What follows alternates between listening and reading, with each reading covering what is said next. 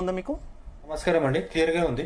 కృష్ణతేజ గారు, జరుగుతున్నటువంటి పరిణామాలు ముఖ్యంగా ఢిల్లీలో మీ పార్టీ అగ్రనేతలు రాహుల్ గాంధీ కావచ్చు, అటు అధ్యక్షులు మల్లికార్జున ఖర్గే కావచ్చు, తెలంగాణ కాంగ్రెస్ లీడర్తో ముఖ్యంగా ముఖ్యమంత్రి అలాగే కీలక మంత్రులతో జరిపినటువంటి సమావేశానికి సంబంధించి చాలా కామెంట్స్ అయితే ఇటు విపక్షాల నుంచి వస్తున్నటువంటి పరిస్థితి. ముఖ్యంగా తెలంగాణ ఆత్మగౌరవాన్ని తాకట్టు పెట్టారు అనే చందంగా వారు ఆరోపణలు గుప్పిస్తున్నారు సిచ్యువేషన్.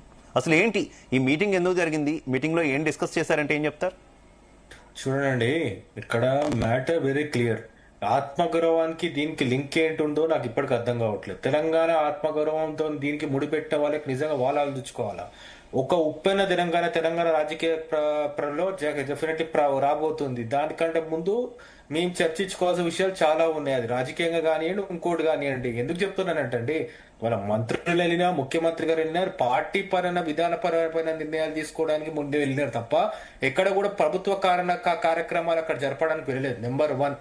అండ్ నెంబర్ 2, అక్కడి నుంచి ఎవరు కూడా ఎక్కడ కూడా మీరు చూడండి, అది పార్టీ పరమైన కార్యక్రమాలు అందరూ ప్రకటించే జరిగింది. ఆ రోజు చర్చించడం కూడా డెఫినెట్లీ స్థానిక సంస్థలో కాంగ్రెస్ పార్టీ గెలుపొందిన దాని ప్రకారం అందరినీ కలిసి ఒక గౌరవవందనాలు ఐఏసీ తరఫున తెరపడం జరిగింది.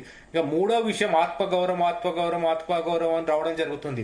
ఆత్మగౌరవం అంటే ఏంటంటే, మనలో ప్రభుత్వంలో ఎవరైనా తలదూర్చే అవసరం లేదు. మన అవుట్రైట్ ప్రభుత్వం మనది ఏంటని ఇవాళ మన సాధించిన విజయం డెఫినెట్లీ దేశవ్యాప్తంగా కాంగ్రెస్ పార్టీ పునరావృతం చేసుకోదలుచుకుంది. ఇక్కడ ఉన్న ఐక్యత దేశవ్యాప్తంగా చూపించదలుచుకుంది. అందుకే డెఫినెట్లీ ఢిల్లీలో వాళ్ళు పిలిచి సగౌరవంగా వాళ్ళు చూపించినారు. ఎందుకంటే 5 రాష్ట్రాల నోటిఫికేషన్ కూడా రాబోతుంది. కాంగ్రెస్ విజయడంక నేషనల్ దేశవ్యాప్తంగా తిరగాల, నేషనల్ మీడియాలో కూడా తెలియాలంటే డెఫినెట్లీ వాళ్ళు పిలిచినారండి. ఇది ఒక రాజకీయంగా మాది ఒక political party. Definitely policy decisions తీసుకున్నాం, పార్టీ పరంగా ముందుకెళ్తాం. అండ్ నెక్స్ట్ ఇంకొక విషయం వచ్చేసండి, చాలా మంది ఇవాళ మన క్యాబినెట్ మీటింగ్ పోస్ట్ పోన్ కావడం కూడా ఒక వెరైటీగా చూస్తున్నారు. ఏంటంటే డెఫినెట్లీ దీంట్లో అంతర్వృత్యం మీద ఉందని. ఎందుకంటే మేము ఒకటి చాలా చెప్తామండి, ఇవాళ మీరు అవునన్నా కాదన్నా ఇప్పుడు క్యాబినెట్ మీటింగ్ డెఫినెట్లీ పెడుతున్నాం పలానా తారీఖు అని డెఫినెట్లీ ఎక్కడ కూడా ప్రకటించలేదు. డెఫినెట్లీ లీక్సే. మా పార్టీ ఎప్పుడైనా క్యాబినెట్ మీటింగ్ పలానా తారీఖు ఉన్నప్పుడు డెఫినెట్లీ ఒక షెడ్యూల్ విడుదల చేస్తే ఎక్కడ షెడ్యూల్ విడుదల కాలేదు. ఇంకోటి ఇవాళ మా పార్టీ తరఫున ఒకటి చూడండి, ఇవాళ మున్సిపల్ ఎన్నికల 100గా గెలవడం జరిగింది. ఇంకా కొన్ని పెండింగ్ లో ఉన్నాయి. అట్లనే డిసిసి పరంగా కొన్ని విధానపరమైన ట్రైనింగ్ ప్రోగ్రామ్ జరుగుతున్నాయి. కాబట్టి మేము ఎక్కడ కూడా పాలసీ డిసిషన్స్ కి డెఫినెట్లీ పార్టీ పరంగా ఇక్కడ గ్యాప్ లేవద్దు, 2 సమన్వయంతో ముందుకెళ్లాలని చూస్తున్నాం.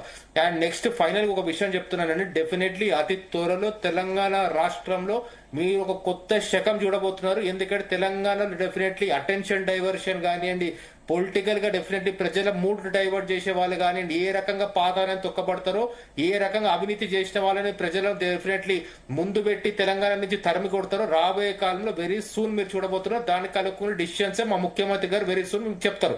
ఎందుకంటే అండి, ఇవాళ ఏదున్నా సరే మేము ప్రజాపాలన అని చెప్పి మా పని మేము చేసుకుంటూ పోయినా కూడా డెఫినెట్లీ ఒక పరంగా మిస్గైడెన్స్ తీసుకొస్తున్నారు. తెలంగాణ ఆత్మగౌరవాన్ని మళ్ళీ యువతలో డెఫినెట్లీ అభద్రతా భావం లేపుతున్నారు, యువతలో కసి లేపుతున్నారు. కానీ ఒక్కటి గుర్తుపెట్టుకోవాలా, తెలంగాణ కాంగ్రెస్ పార్టీ 2 సంవత్సరాల నుంచి వచ్చింది, ప్రజల ఆకాంక్ష ప్రకారం ఉంది, ప్రజల ఆకాంక్ష ప్రకారం ముందుకెళ్తుందండి.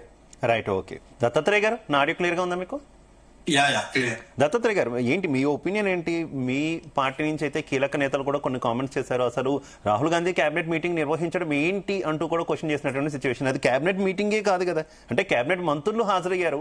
క్యాబినెట్ మంత్రులు హాజరైనంత మాత్రాన క్యాబినెట్ మీటింగ్ అయిపోతుందా? అలాగే ఆల్రెడీ మన కృష్ణతేజ గారు ఇచ్చినటువంటి వివరణ కూడా మీరు విన్నారు కదా, ఏం చెప్తారు? తెలంగాణ రాష్ట్రం యొక్క ఆత్మగౌరవాన్ని ఢిల్లీ పెద్దల కాళ్ళ దగ్గర తాకట్టు పెట్టినట్టుగా తెలంగాణ సమాజం మొత్తం భావిస్తాం.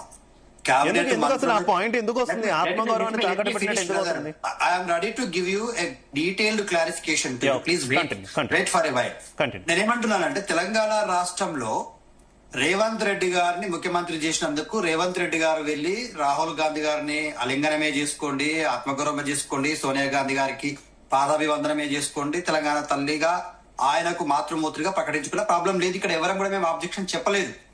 But Telangana cabinet and chief minister both are part of Telangana's representative. కాబట్టి తెలంగాణ రిప్రజెంటేటివ్ గా ఏ బాధ్యతలు లేని నీ పార్టీకి అధ్యక్షుడు కూడా కాడు రాహుల్ గాంధీ, ఏ రైట్ తో ఆయన క్యాబినెట్ మీటింగ్ లో జరగబోయే డిసిషన్స్ పైన మీరు ఈ నిర్ణయాలు తీసుకోండి, ఆ నిర్ణయాలు తీసుకోండి అనేటువంటి గైడ్ లైన్స్ ఇవ్వడం అనేటువంటిది దేనికి సంకేతం? మోరోవర్, తెలంగాణ రాష్ట్రంలో జరుగుతున్నటువంటి 95% అండి, 95% ఆఫ్ ద కాంగ్రెస్ పార్టీ హామీలు ఒక్కటి కూడా పూర్తి కాకుండా పెండింగ్ లో ఉన్నాయి. కేవలం ఒక ఉచిత బస్సు, ఒక రేషన్ కార్డులు ఇచ్చేసి ప్రజలకు మేము సన్న బియ్యం ఇచ్చినామనే ఈ రెండు అంశాల విషయంలో తప్ప 95% వాళ్ళు ఇచ్చినటువంటి 6 గ్యారెంటీలు అట్లాగే ఉన్నాయి. పెండింగ్ లో 13 హామీలు పెండింగ్ లో ఉన్నాయి. టోటల్ గా 420 హామీస్ ని వీళ్ళు ఎగవేసి 2.5 సంవత్సరాలు పూర్తిగా వస్తుంది. ఇప్పటి వరకు తెలంగాణ ప్రజలకు ఇచ్చిన హామీల మీద ఒక సమీక్ష లేదు, ఒక మీటింగ్ లేదు. ముఖ్యంగా విద్యాశాఖ పైన మీటింగ్ లేదు, అట్లాగే హోంశాఖ పైన మీటింగ్ లేదు. తెలంగాణ రాష్ట్రంలో ఆత్మహత్యలు పెరుగుతున్నాయి విద్యార్థులై, అట్లాగే ఫుడ్ పాయిజనింగ్ కేసులు పెరుగుతున్నాయి. విద్యాశాఖ మంత్రిగా ఎవరున్నారయ్యా అంటే రేవంత్ రెడ్డి గారే.